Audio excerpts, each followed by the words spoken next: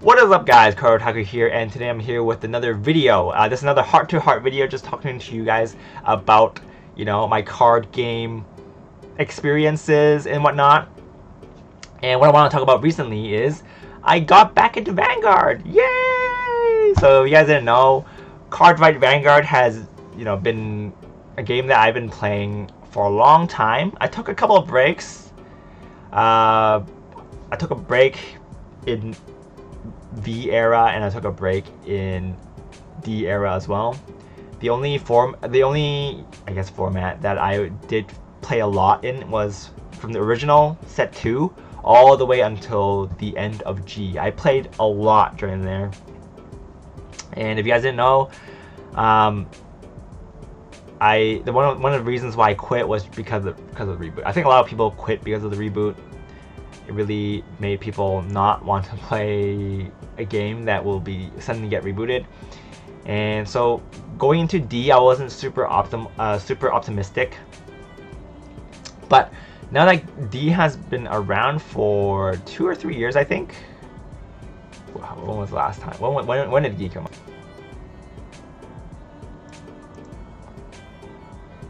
Came out in 2001.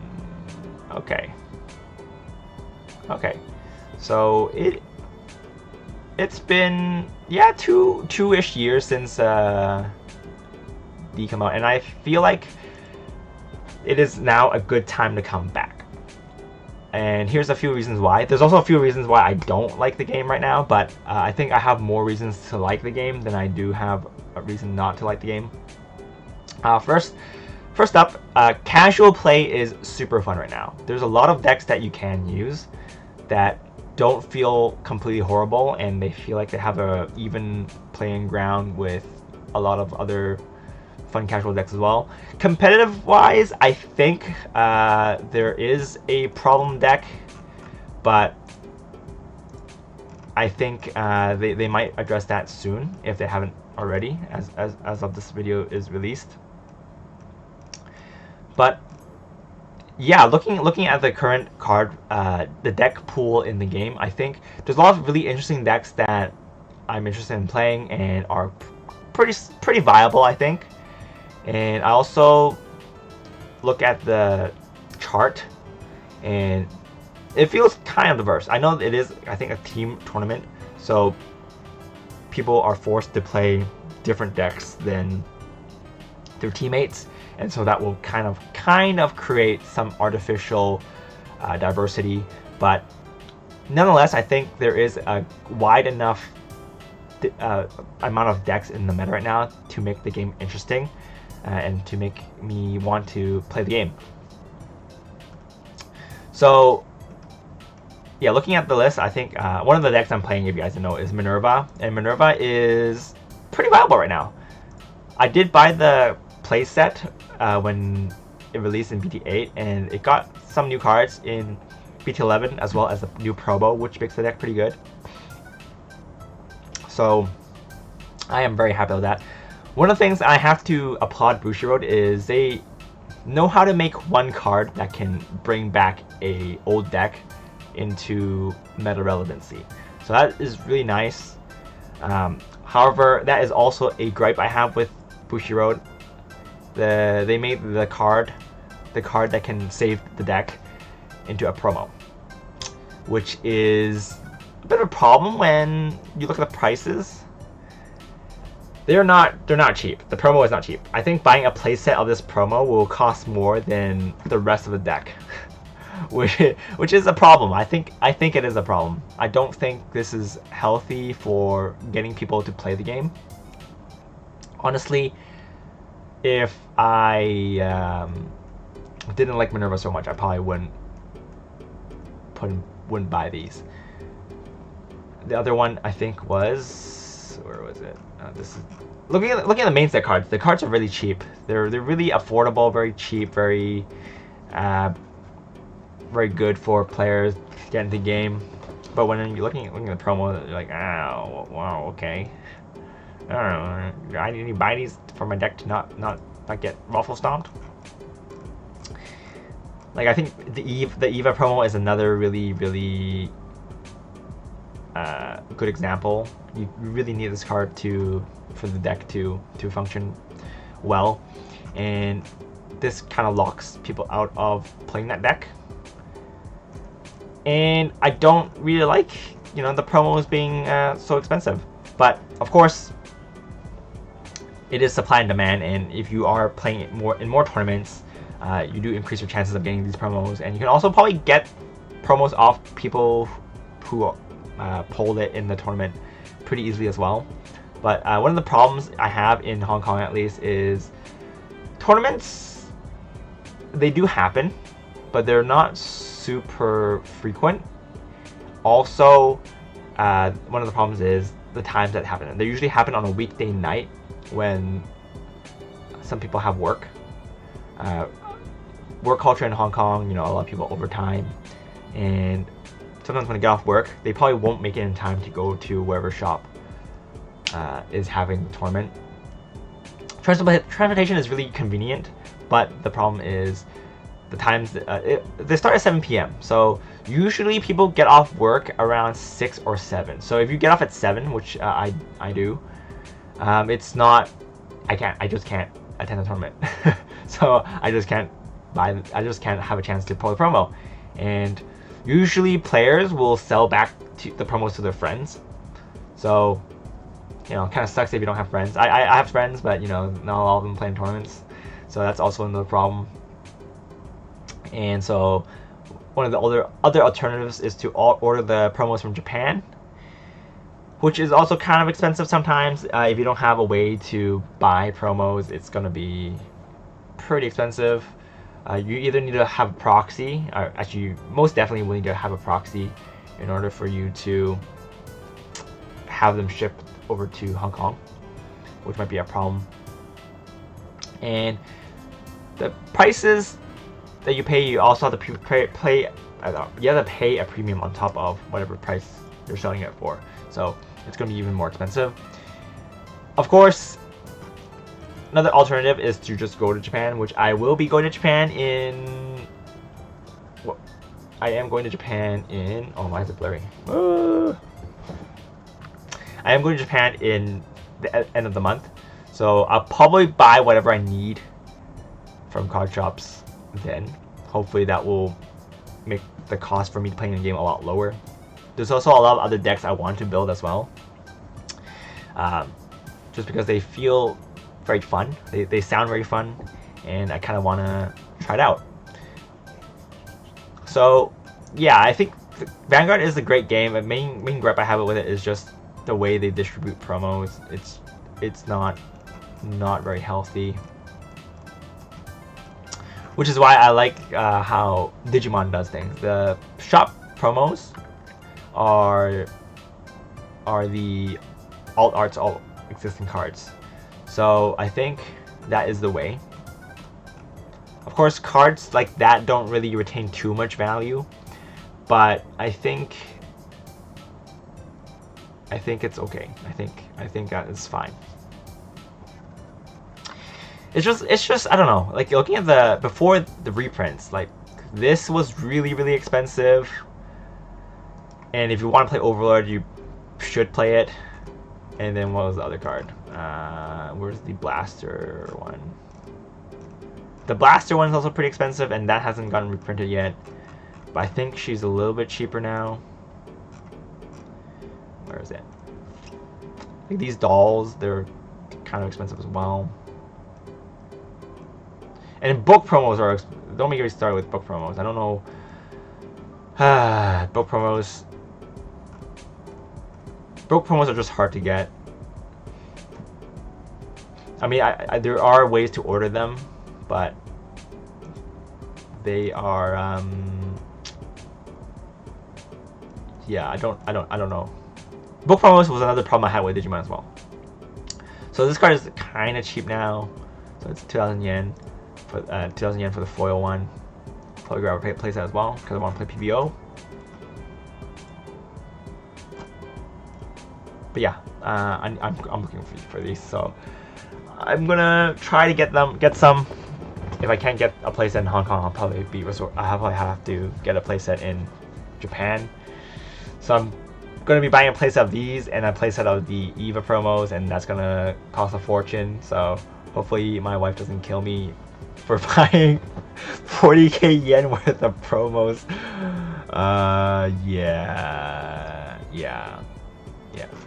Yeah, pretty much 40k yen. It's 20k for a playset. Yeah. Yep. But I am excited to play Vanguard. It is one of the most fun games that I have played. It's just different. Vanguard is very unique. I think Vanguard is a very unique game that no other card game has kind of mimicked over the past few years, or they haven't done it in a way that is as good as Vanguard. I don't know, something just feels very good when you hit a defensive trigger or when you hit a double crit. You know, it feels good. it feels good. And I know a lot of people, you know, don't like Vanguard because there's too much luck involved. But I think it's part of the fun, especially if you're playing casually like me. I think playing casual Vanguard is a lot of fun. There's lots of laughs happening, a lot of yelling, a lot of screaming. It's just not something that a lot of other card games can't replicate. Like even when I'm playing Digimon is a really fun game as well, but it's just not as hype when something happens. I don't know if you guys understand what I mean. And I'm not sure if how many people watching this video are playing both. So hopefully, people who are playing both will, you know, understand what I mean. Digimon can get pretty hype when you hit a nice security card, or when it feels really satisfying when you build your line up and you get your combo off. But I don't know, it just doesn't feel as rewarding as Vanguard when you get your combo off. I don't know. Hopefully Vanguard doesn't get another reboot though. Luard has been announced, and since we're memeing about it, it's like, oh, Vanguard, Luard's gonna kill the game again. I think the design team is doing a pretty good job in the D era. Everything feels good to play, and everything feels like it has a chance, excluding Ebisu. But I think Vanguard's in a good spot right now. Hopefully, there are not going to be any more reboots, because in that case, I know I say it. I know I say I wouldn't come back, but I probably will eventually. I don't know. I have Stockholm syndrome from Bushiroad.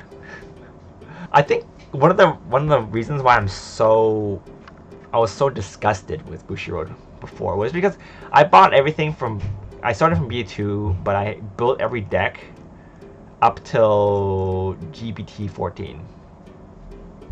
As in, like, in G era I had every single Strider deck. So when they told me, you know, V era, there's a reboot in V era and none of my cards can be usable again, I'm like, surprise Pikachu face. So that felt really bad. I think that's one of the worst times I felt in my life. Like, I was just like, wow, this feels so bad. It felt so bad. I don't know how many people were like me and played every single Stride era deck. It felt really bad. And then in V didn't feel as bad just because I wasn't as committed to playing. I did play a little bit, but it was okay. I felt like you know, the reboot coming was, you know, kind of inevitable, just because they kind of designed themselves into a tight spot.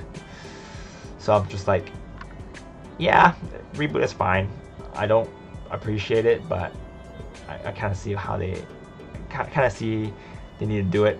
And then I started playing D era.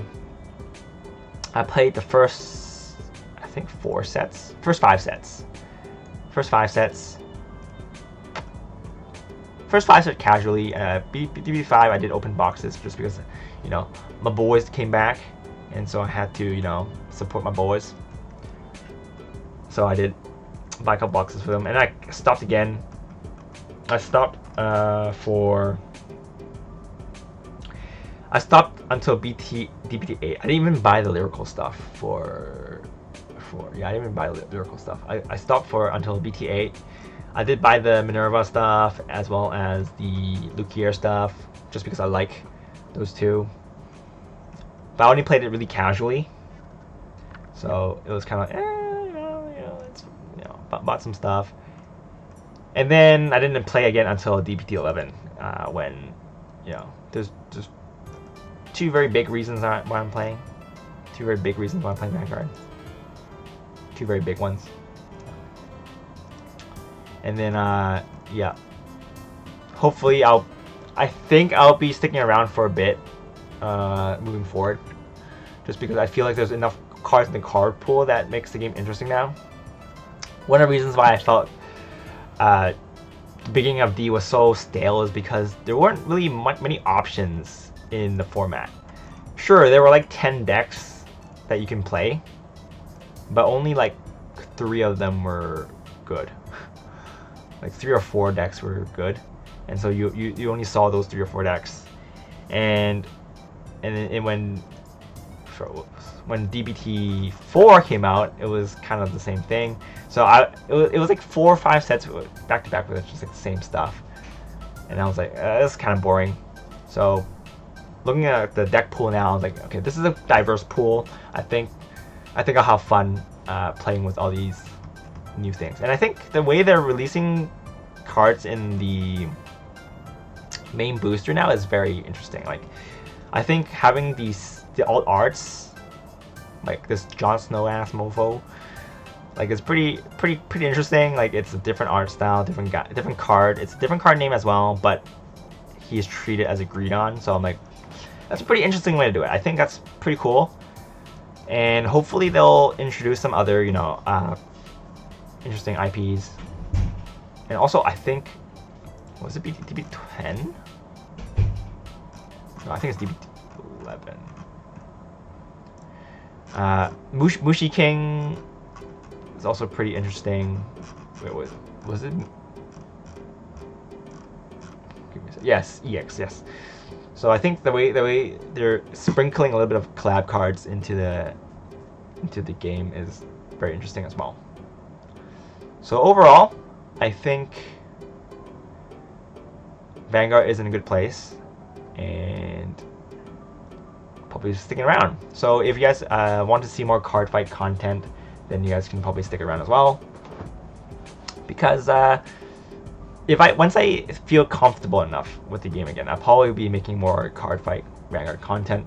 I probably won't do unboxings though, because most of the time I buy playsets of the stuff that I need. It's a lot more affordable, and I think, I don't know, maybe I'll buy one box and I'll open it and then I'll buy a playset. I'll see the demand for Vanguard content. If you guys like Vanguard and you guys want to see more though, definitely leave a like and subscribe and comment down below just to let me know. And that's pretty much it for today's heart to heart. Just a little bit, just me talking about Vanguard and my thoughts about the game right now and how I feel about it. What do you guys think? Did you guys quit Vanguard? Did you guys all quit Vanguard and are only playing Digimon now, or are you guys playing both? Or have you guys only been playing Vanguard and stayed subscribed for some reason? But yeah, I appreciate all the support for you guys. And if you guys want to support the channel, feel free to use the affiliate links down below. But that's pretty much it for this video, guys. Stay tuned for more Cardfight Vanguard content. This is Card Haku, and I'll see you guys next time. Bye!